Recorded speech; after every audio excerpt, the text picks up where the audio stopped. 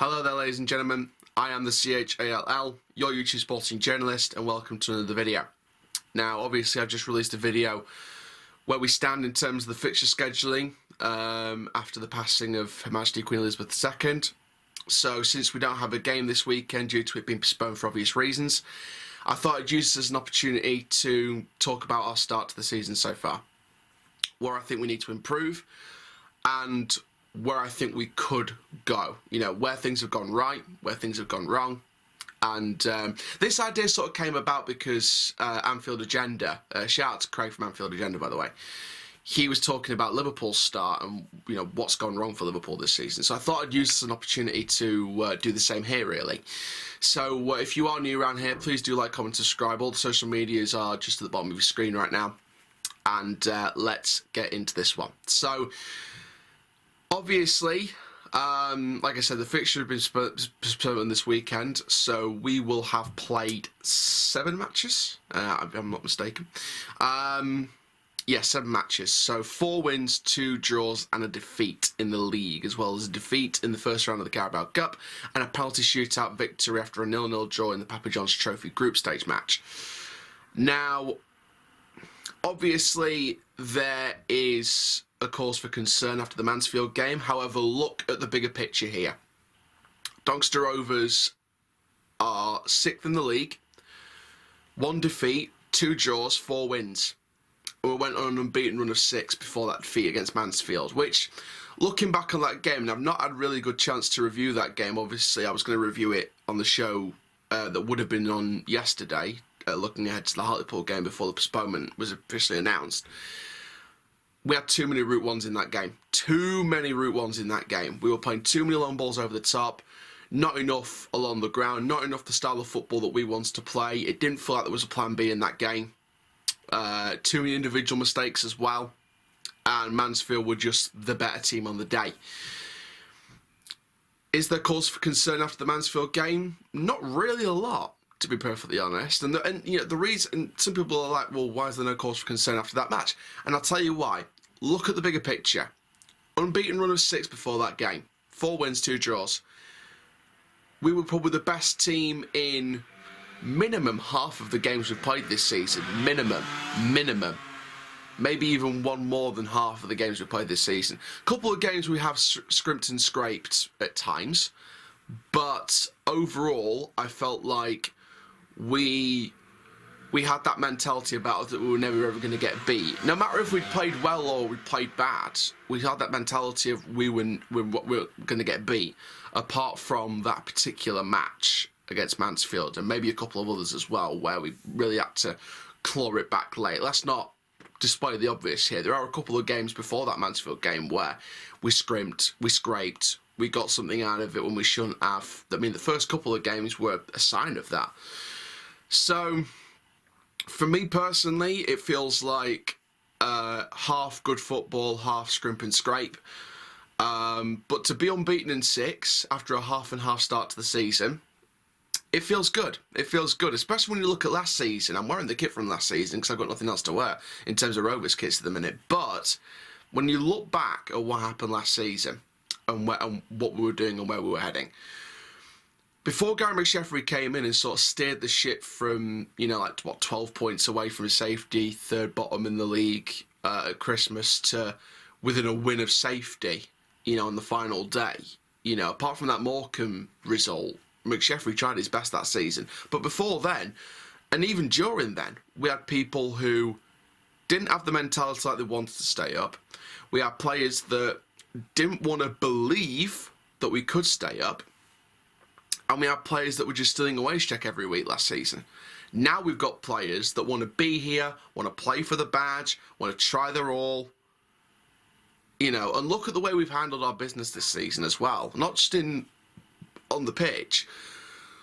I'll look back to the transfer window. We got the majority of our business done within a week of the season, a week before the season started. That shows planning, shows precision, and shows that we've got what we needed. We've got a few injuries. However, as we saw in the free press over the last 24, 48 hours, Barlow, Olawu, Close, and Griffiths are back within the next 2 weeks. Anderson's out till October, and Young is out for a month or two. So, for me personally, in terms of injuries, we're in a much better situation than we were last season, first of all, and players are starting to come back now. So, I mean, to be fair, look at that back line. You know, Williams, Faulkner, Long. Oliver comes back in 2 weeks. Anderson back in October, Young are back in a couple of months. That's a decent, solid foundation once you've got those players back. And overall, I think that we'll be in a much better...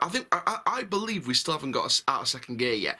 The thing that Sheffield needs to learn, and this is just on that particular game against Mansfield, don't play long ball football. With this set of players, with this group of players, with the style of play that they play best, it does not work. Only go route one when Clayton needs to put a long ball to someone over the top for someone to run off the defender, off the shoulder and onside. That for me is the only real way. Or if you are level and you want to win it and you need someone to pump the ball into the box and get ahead on it, that's the time you do route one. The majority of our play has to be what we did for 2 or 3 of the games this season in the league. Minimum.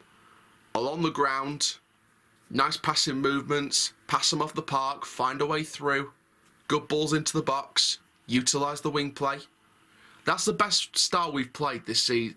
That's the best style of football we've played for a good year or so now. For me personally, it feels like that's the style we need to be sticking to. Only go route one if you need to pump it in and out of time to get a late-minute winner or a last-minute equaliser to get something out of it.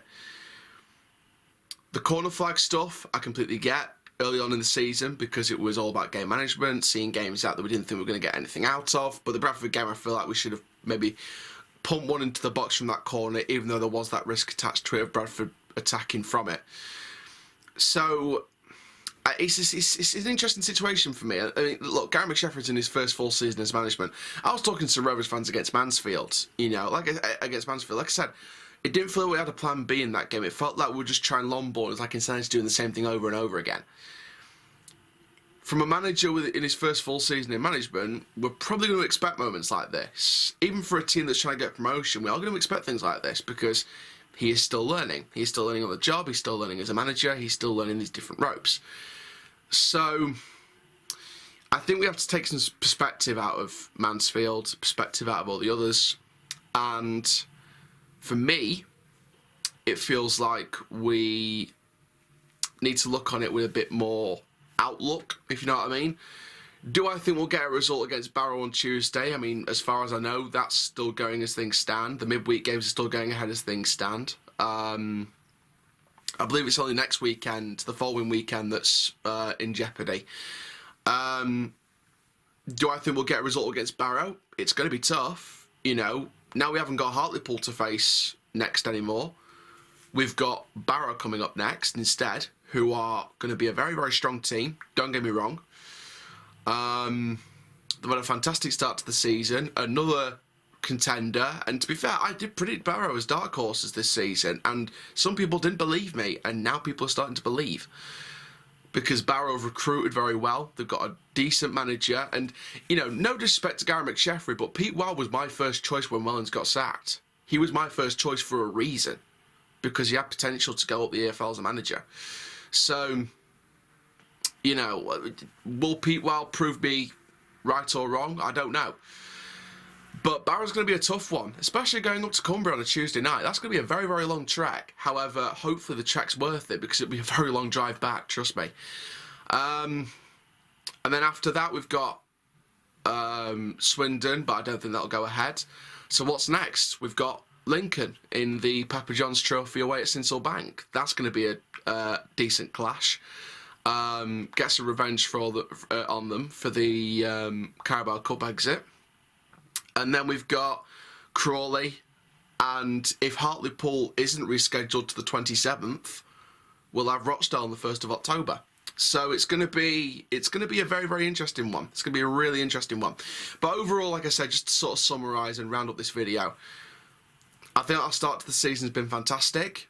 Do I think we'll get another unbeaten run. I think after the unbeaten run that we started with, I see no reason why we can't go unbeaten for a good few games again, depending on what that route of games will be. You know, we've played 7 games. Me personally, I think the season really kicks off 15, 20 games into the season. That's when we really see where we're going to be competing around in terms of places for the season.